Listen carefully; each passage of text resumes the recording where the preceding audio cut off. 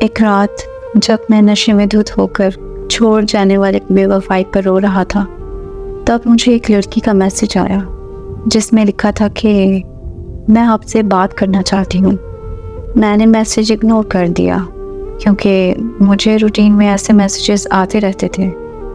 میرا social media account حقیقت پر مبنی درد بھری داستانوں سے بھرا ہوا تھا، جس کی وجہ سے بہت سارے لوگوں کے دلوں میں میرے لیے ہمدردی تھی اور وہ لوگ مجھے میسیجز کرتے رہتے تھے، لیکن مجھے ہمدردی سے نفرت ہونے کی وجہ سے میں نے کبھی کسی کو جواب نہیں دیا تھا۔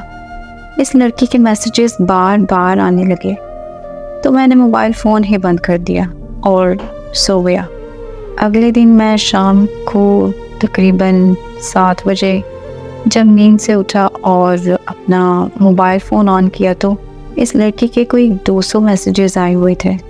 مجھے بہت غصہ آیا۔ میں نے اسے کال ملا دی۔ اس کے کال اٹینڈ کرتے ہی میں نے اس کی خوب انسلٹ کی اور کال بند کر کے اسے بلاک کر دیا۔ تھوڑی دیر میں ہی مجھے ایک اور رانگ نمبر سے کال آئی۔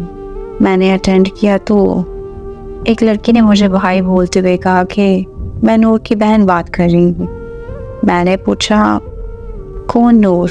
کہنے لگی کہ وہی نور جس نے سوشل میڈیا پر آپ کی کہانی پڑھ کر پچھلے 7 دنوں سے کچھ نہیں کھایا، وہی نور جو پچھلے 7 دنوں سے لگاتار روئی جا رہی ہے، وہی نور جو پچھلے 7 دنوں سے سوئی نہیں، وہی نور جس کی کچھ دیر پہلے آپ نے انسلٹ کی ہے۔ میں نے اتنا سنتے ہی کال بند کر دی اور وہ نمبر بھی بلاک کر دیا۔ رات کو جب میں پھر سے نشے میں دھت ہوا تو مجھے عجیب خیال آنے لگے اور ایک عجیب سی بے چینی ہونے لگی کہ آخر یہ نور لڑکی ہے کون اور ایسا کیوں کر رہی ہے۔ تجسس اتنا بڑھ گیا کہ میں نے اسے ان بلاک کر کے کال ملا دی۔ کال اس کی بہن نے اٹینڈ کی۔ میرے ہیلو کرتے ہی مجھے کہنے لگی کہ اگر نور کو کچھ بھی ہوا تو میں تمہیں چھوڑوں گی نہیں۔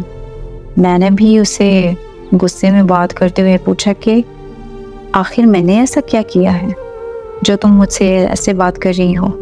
تو وہ روتے ہوئے کہنے لگی نور کو پتہ نہیں کیا ہو گیا ہے، اسے بالکل ہوش نہیں آ رہا، ہم سب اسے ہاسپٹل لے کر آئے ہوئے ہیں۔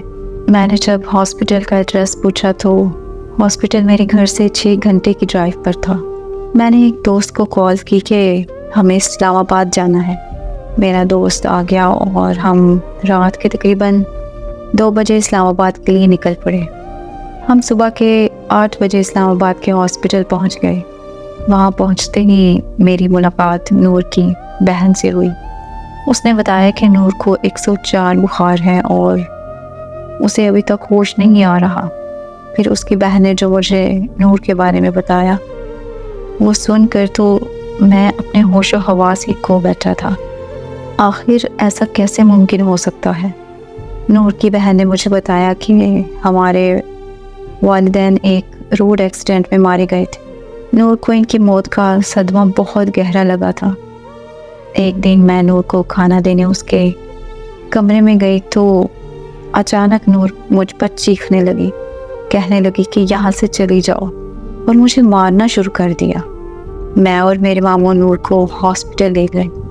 وہاں جا کر پتہ چلا کہ نور کو ایک دماغی مرض ہے۔ یہ ایک ایسا مرض ہے جس میں انسانی سوچ، احساسات اور اعصاب متاثر ہوتے ہیں، پر ہمیں لگا کہ بس یہ ماں باپ کی موت کا صدمہ ہے اور کچھ ہی دنوں میں نور بالکل ٹھیک ہو جائے گی۔ تو ہم نور کو گھر واپس لے آئے، لیکن نور کی حالت دن بہ دن بگڑنے لگی۔ اس کی حالت اتنی خراب ہو گئی کہ نور خودکشی کرنے کی کوششیں کرنے لگی۔ ہم نور کو فوراً ماہر نفسیات کے پاس لے گئے۔ انہوں نے بتایا کہ دیگر امراض کی طرح اس مرض کا علاج بھی ادویات اور تھراپی سے کیا جا سکتا ہے، پر بغیر علاج نور کی حالت دن بہ دن خراب ہوتی جائے گی۔ اگر مزید دیر ہو گئی تو نور کو پاگل خانے میں بھیجنا پڑ سکتا ہے۔ تو ہم نے فوراً نور کا ٹریٹمنٹ شروع کروا دیا۔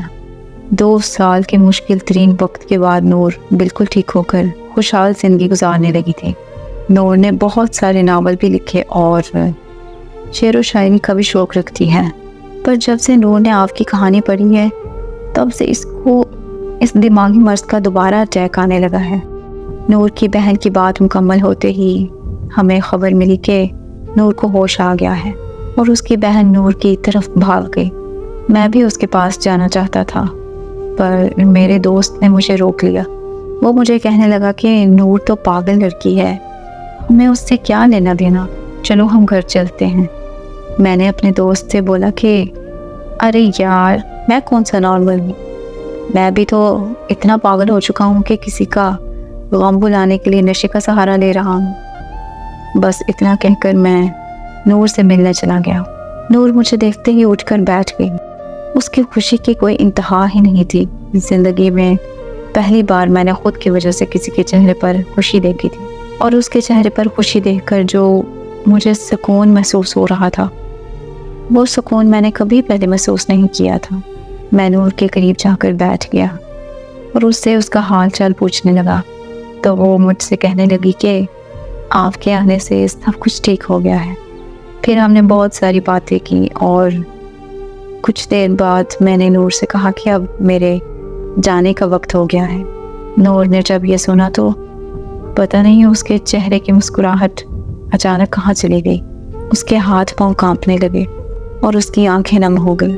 میں نے نور کی حالت دیکھ کر اپنے دوست کو کہا کہ تم چلے جاؤ، میں بعد میں آ جاؤں گا۔ اتنا سن کر نور کے چہرے پر دوبارہ مسکراہٹ واپس آ گئی۔ میں اور نور 2 دن تک ہاسپٹل میں رہے۔ وہ 2 دن میری زندگی کے سب سے زیادہ خوبصورت دن تھے۔ ہم نے ایک ساتھ جینے مرنے کی قسمیں بھی کھائی۔ 2 دن بعد نور کو ہاسپٹل سے چھٹی مل گئی اور ہم دونوں اپنے اپنے گھر چلے گئے۔ پھر ہماری فون پر دن رات باتیں ہونے لگی اور ایسے ہی 1 سال گزر گیا۔ وہ ذہنی طور پر بالکل ٹھیک ہو چکی تھی اور میں بھی نشہ مکمل طور پر چھوڑ چکا تھا، یہاں تک کہ ہماری شادی کے لیے ہماری فیملیز بھی رضامند ہو چکی تھی۔ زندگی میں سب اچھا چل رہا تھا کہ اچانک یہ خبر نے میری دنیا ہی ہلا کر رکھ دی۔ مجھے پتہ چلا کہ نور کی بہن کی موت ہو گئی ہے۔ یہ خبر ملتے ہی میں نور کے گھر پہنچ گیا۔ وہاں پہنچ کر پتہ چلا کہ نور کی بہن نے پیار میں دھوکہ کھانے کی وجہ سے خودکشی کر لی اور نور کو بھی پھر سے وہی دماغی مرض کا اٹیک آیا ہے۔ نور کو پھر سے ہاسپٹل میں ایڈمٹ کر دیا گیا۔ وہاں نور کی دماغ کی شریان پھٹنے سے نور کو برین ہیمریج ہو گیا اور 6 دن بعد نور کی بھی موت ہو گئی۔